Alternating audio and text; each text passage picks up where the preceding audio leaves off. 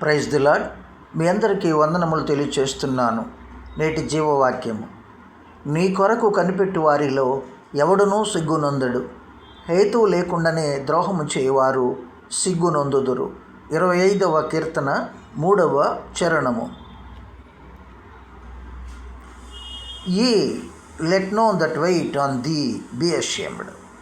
Let them be ashamed which transgress without cause. Book of Psalms chapter 25 verse 3.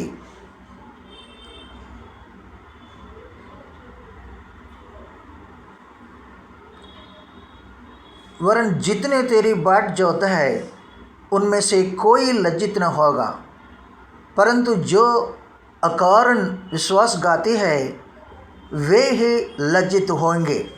Book of Psalms chapter 25 verse 3.